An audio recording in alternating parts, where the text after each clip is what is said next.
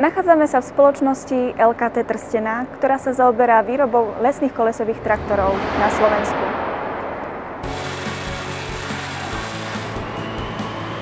Počas histórie bolo vyrobených vyše 16 000 lesných kolesových traktorov, ktoré boli vyvezené do takmer 26 krajín sveta.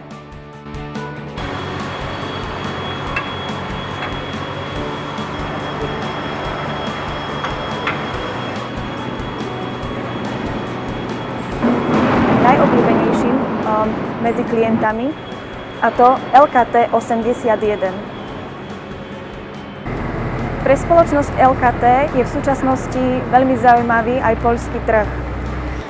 Tým najzaujímavejším produktom, ktoré sú predávané na poľský trh, je už spomínaná LKT 81.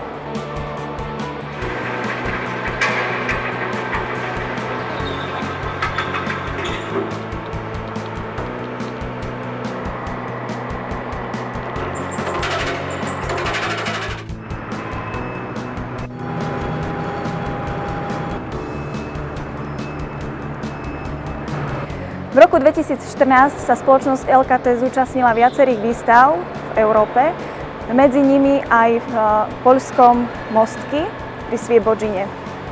A predstavila tam prvýkrát na poľskej pôde nový produkt, ktorá je novinkou v spoločnosti LKT, a to LKT 175. To je tzv. Monitor motora, ktorý signalizuje aj poruchy pomocou týchto svetielok, aj parametre, ktoré sú na tom motore.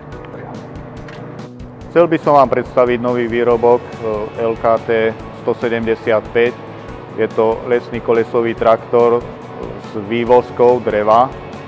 No, tento traktor je vlastne v ňom zabudovaný motor GCB 129 kW triedy 3B alebo Tier 4. A je to vlastne výkon 175 konských síl. Parametre sú následovné. Celková hmotnosť je 16 tón, dĺžka je 8,8 metra.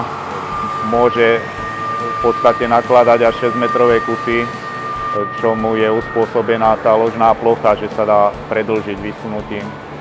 Má možnosť upraviť si vzdialenosť klaníc.